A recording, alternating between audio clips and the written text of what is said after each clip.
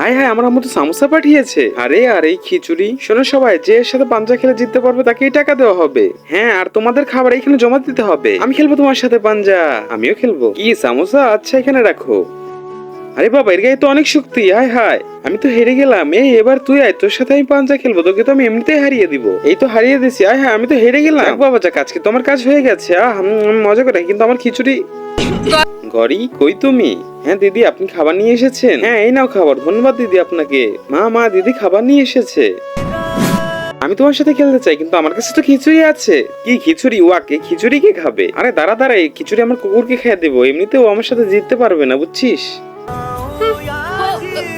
দেখি তুই লেগে থাক, তোর কত শক্তি হয়েছে।